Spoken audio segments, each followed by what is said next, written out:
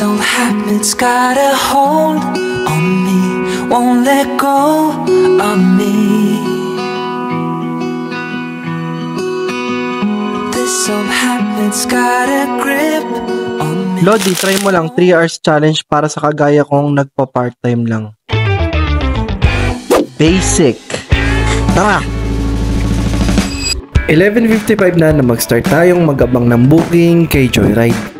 So, time check guys, it's already 11:55 na. Kaantay na lang tayo ng booking. Siguro i-start ko yung 3 hours challenge natin or 3 hours natin pag nakakuha na tayo ng first booking natin, and babalitan ko kayo mamaya. Auto-accept na rin naman na ako. Tignan natin kung makakuha tayo na kagad ng booking. And babalitan ko kayo mamaya pag nakakuha na tayo ng booking and kung anong oras tayo makakuha. So, let's go! At dahil walang lumalabas sa booking sa pwesto ko, nag-ikot-ikot muna tayo para hindi masayang ang oras. And after almost 30 minutes sa pag-antay ng booking, napasukan na tayo. Okay guys, after ilang minutes ba? After 30 minutes napasukan tayo. So time start tayo, 12:25, nakuha na tayo ng booking. So dito lang siya banda sa may kabilang side, and pupunta na natin si ma'am. Bali, ang unang booking pala natin is from here sa may San Mateo going to Cainta for 153 pesos. Hinahanap ko yung Rose Valley, di ko makita.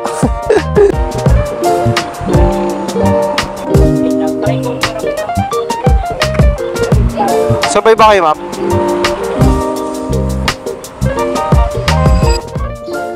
So, yun guys, nadap na rin natin si ma'am, and kumita tayo doon ng eksaktong 153 pesos.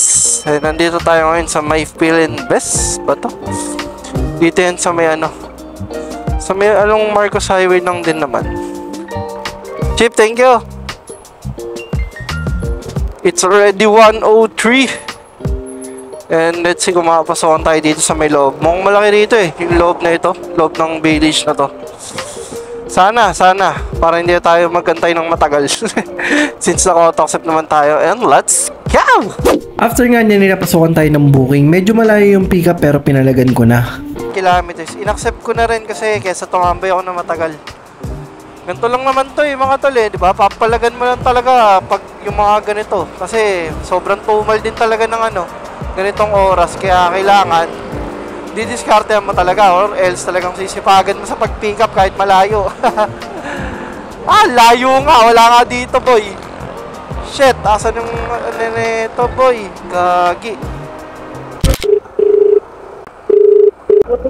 Hello po. Sorry, tanong ko lang, dito pa ba sa corner ng Bali, ang booking na pala na to is Marikina to Marikina lang naman din for 96 pesos pero ginawang 100 pesos ni ma'am. Oh, so yun ma'am. Ayun, ay, lagay natin dito ma'am. Oo ma'am.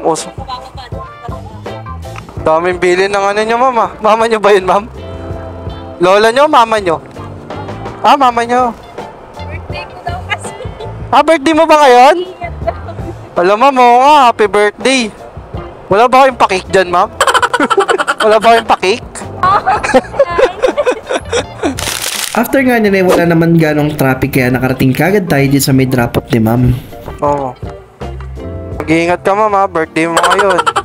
Alright guys, binigyan tayo ng 100 pesos doon. 96 lang yung fare pero binigyan tayo ng Marikina to Marikina lang naman din. So binigyan tayo ng 100. At hindi nagtagal nakakuha naman tayo ng booking. Bali from here sa may Marikina papuntang Cubao for 101 pesos pero ginawang 110 ni sir.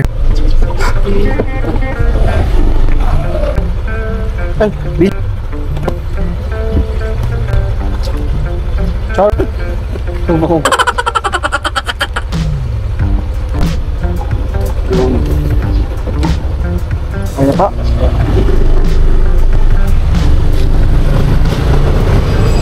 Dito ay na-drop na rin natin si sir and kumita tayo dyan ng 110 pesos.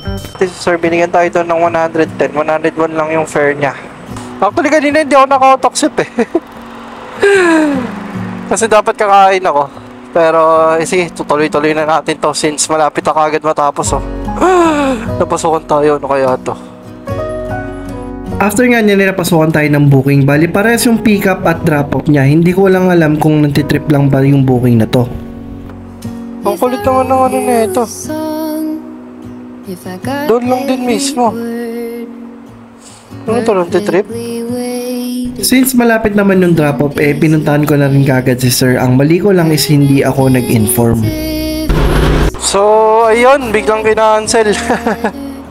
Bakit naman ganon? Bigla mong kinancel. Pero kasi yung pick up at drop off niya, parehas, kumaga, same lang ng location. So, di ko lang kung nagtitrip lang to o wallet So, pwede kong i-finish yun, tapos sa akin na lang yung wallet pero baka ma-report tayo. So, abang-abang na lang ulit tayo dito. Sa totoo lang, sa ganitong trabaho, malawak na malawak dapat ang pangunawa mo dahil may mga customer talaga na iba't ibang ang ugali. Merong nantitrip, merong masungit, merong feeling entitled at iba pa. Kaya dapat matibay ang loob mo dito. Pagka-cancel nga ng booking, napasukan naman kagad tayo papuntang QC. Bali QC to QC lang naman din to for 96 pesos pero ginawang 110 pesos ni sir. Sorry sir, alayin ng bato ni Joyride Okay lang. Hindi ka late? Hindi pa naman kayo late, sir. Pauwi ka na. Ano lang ang daan natin Kalayaan? Sa Kalayaan, sir, dito? Sige, sir. Dito na tayo daan. After nga niyan, nakarating na kami dito sa may drop-off point and grabe nga yung nadaanan namin na traffic. Okay, sir. Dito, sir? Dito. Tapos pagdating mo dyan, may kaliwa kanan dyan So, yun mga tol, binigyan, 96 lang yung fare, same lang din. Tapos binigyan tayo ng 110. Yay! Time check, it's already 2:45 na. And grabe na traffic kami dahil may sunog. Kaya nagturo sa akin si sir kung saan tayo pwedeng dumaan or lumabas. Kasi yung kanina, grabe, ang tindi ng traffic. Malala. Grabe, intindi na ng ang daanan dito. Yeah. Alam mo mga tol, ito lang yung masaya sa trabaho na to Iba't ibang lugar yung napupuntahan mo. Katulad nito, parang ngayon ko lang ata ito napuntahan. Gugutom na ako, kailangan na natin kumain. At sa di inaasahan, nagulat ako nang pasukan tayo ng long ride. So yun guys, napasukan tayo ng long ride. Sakto mukhang pinagbibigyan tayo sa vlog natin ngayon 367 pesos. From here sa may Tandang Sora going to Terminal 2 Pasay. Tayo galing, doon din tayo nakakuha. Dito na ako dumaan kanina, paglabas ko, biglang pumasok to. Dito rin ako galing kanina. Saan kaya ito? Hello po. Hello, sir? Sir, sa po? Joyride po? B? Na water station. Dyan na. Sige, dyan lang. Right to boy. So sakto matatapos yung challenge natin 325. Makakarating tayo doon 352. Nga pala, ang booking nga pala na to is from here sa may Tandang Sora going to Terminal 2 Pasay for 367 pesos pero ginawang 400 pesos ni sir.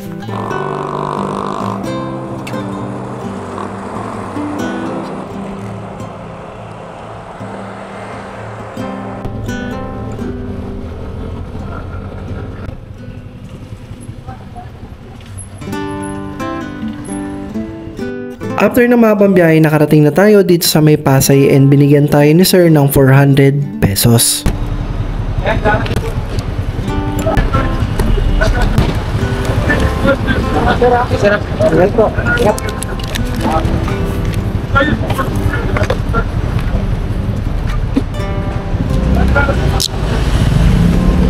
Okay, binigyan tayo ng 400.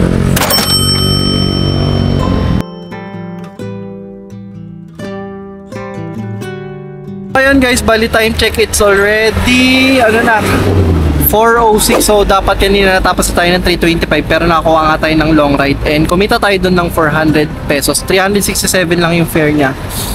And ang total na gross income na kinita natin is 873 pesos. Bali babawas mo dun yung 120 na na 120 na gas tapos I think nakaubos tayo ng top up kasi nag-top up ako ng 200, so baka nakaubos tayo at least mga 160 to 170 pesos and gross income to.